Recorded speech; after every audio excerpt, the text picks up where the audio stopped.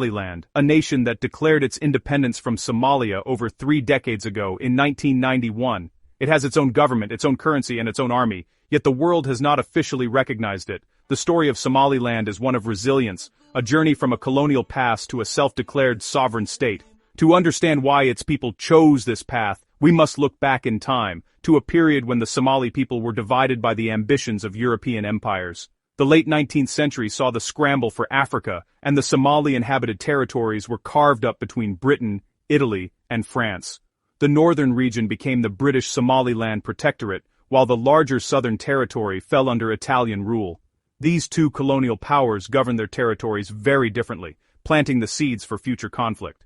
The British established a system of indirect rule in the north, working with local clan elders and preserving traditional structures. Their primary interest was securing a supply route to their empire in India, so their administration remained relatively light and focused on maintaining stability rather than deep-seated economic development. In contrast, the South, known as Italian Somaliland, experienced a more direct and interventionist form of colonial rule. The Italians invested heavily in agriculture, establishing large plantations and settling their own citizens in the fertile river valleys. They built more extensive infrastructure and imposed their language and administrative systems more forcefully. This created two distinct societies. The North retained its nomadic traditions and common law legal system, while the South became more accustomed to a centralized European-style state apparatus. These differences in governance, law, and economic life would soon prove to be a major obstacle to unity.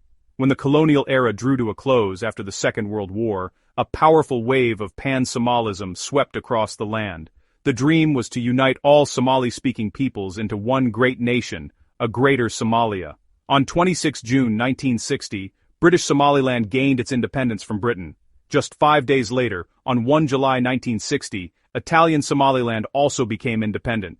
Driven by this powerful dream of unity, the two newly freed states immediately merged to form the Somali Republic. However, this hasty union, celebrated with so much hope, would soon turn into a nightmare for the people of the North.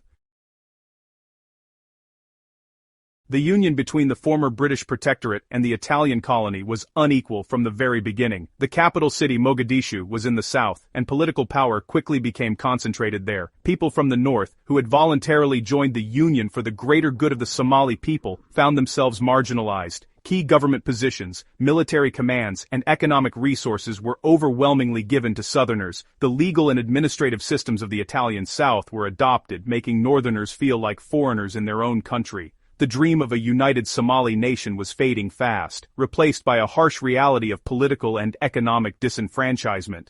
Things took a dark turn in 1969 when a military general named Siad Barre seized power in a coup. He promised to end corruption and tribalism, but instead, he established a brutal and repressive dictatorship. His regime, backed by the Soviet Union, clamped down on all forms of dissent.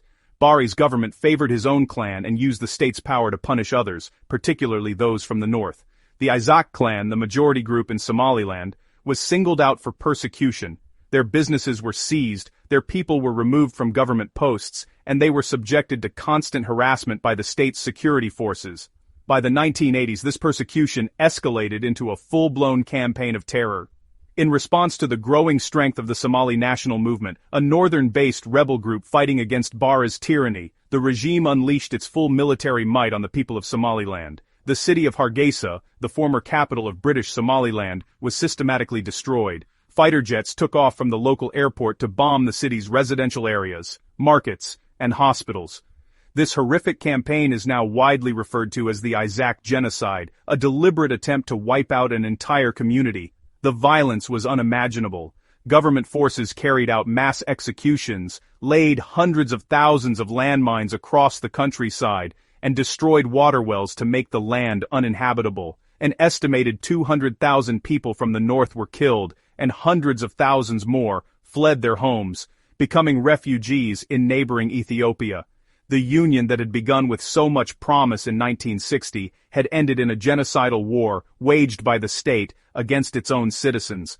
The trust was broken forever and the social fabric of the Somali Republic was torn apart beyond repair.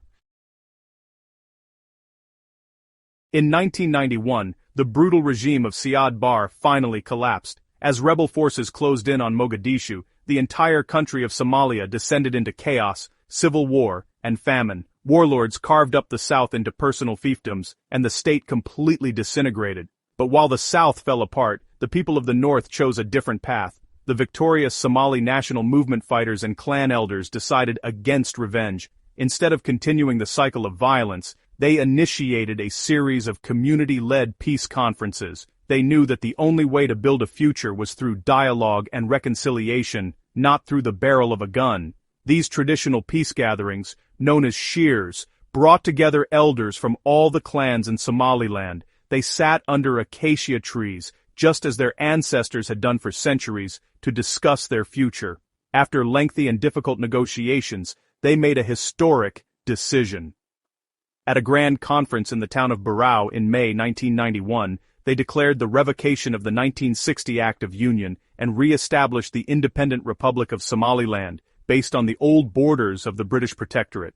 This was not about dividing Somalia, it was about surviving the collapse of a state that had tried to destroy them. With peace secured, the people of Somaliland began the monumental task of rebuilding their country from scratch. Hargeisa and other cities had been reduced to rubble, but with determination and help from the diaspora, they started to clear the debris and reconstruct their homes and businesses. They disarmed the militias, integrating the former Somali National Movement fighters into a new national army and police force. They created a unique hybrid system of government that blended traditional clan-based leadership with modern, democratic institutions. An upper house of elders, the Gurti, ensures stability, while a lower house of representatives is democratically elected by the people. This homegrown approach to state-building has been remarkably successful. While southern Somalia has remained plagued by conflict for over 30 years, Somaliland has become an island of peace and stability in a turbulent region. They have held multiple rounds of free and fair presidential and parliamentary elections with peaceful transfers of power. They have established their own currency, the Somaliland shilling, and issue their own passports. They patrol their own coastline, fighting piracy, and have created a safe environment where businesses can thrive and children can go to school without fear. For more than 3 decades, Somaliland has functioned as an independent country in all but name. It has proven its ability to govern itself, maintain peace within its borders, and foster a functioning democracy. The people have demonstrated an incredible capacity for forgiveness and nation building, creating a stable society from the ashes of war. They have done this with very little international aid, relying on their own resources and the remittances sent home by Somalilanders living abroad. Their achievements stand in stark contrast to the chaos that has engulfed much of the rest of Somalia, which continues to depend on massive international support. The argument for Somaliland's independence is rooted in both history and human rights. Its people argue that their case is unique. They were a separate colonial entity that willingly entered a union, which then turned abusive and genocidal. Their declaration of independence in 1991 was not an act of secession, but a withdrawal from a voluntary union that had failed catastrophically. It was an act of self-preservation. For the people of Somaliland, who remember the bombed-out cities and mass graves, going back to a union with Mogadishu is simply unthinkable. Their hard-won peace and self-determination are too precious to risk. Despite this compelling story, the international community has so far refused to grant Somaliland official recognition. The African Union and the United Nations fear that recognizing Somaliland could encourage other secessionist movements across the continent and lead to the redrawing of colonial-era borders. They continue to support the idea of a single unified Somalia, pouring billions of dollars into propping up the fragile federal government in Mogadishu. This position leaves Somaliland in a difficult limbo, unable to access international loans, foreign investment, or a seat at the United Nations. As Somaliland continues its journey, a fundamental question remains for the world to answer. When a people have suffered genocide, pulled themselves out of the wreckage of a failed state, and built a peaceful, democratic, and stable nation on their own, for how long can they be denied their right to self-determination? Somaliland has met all the customary requirements for statehood. It has a defined territory, a permanent population, a government, and the capacity to enter into relations with other states. The people of Somaliland have shown the world what is possible, and they wait, with patience and hope, for the day the world finally acknowledges their existence.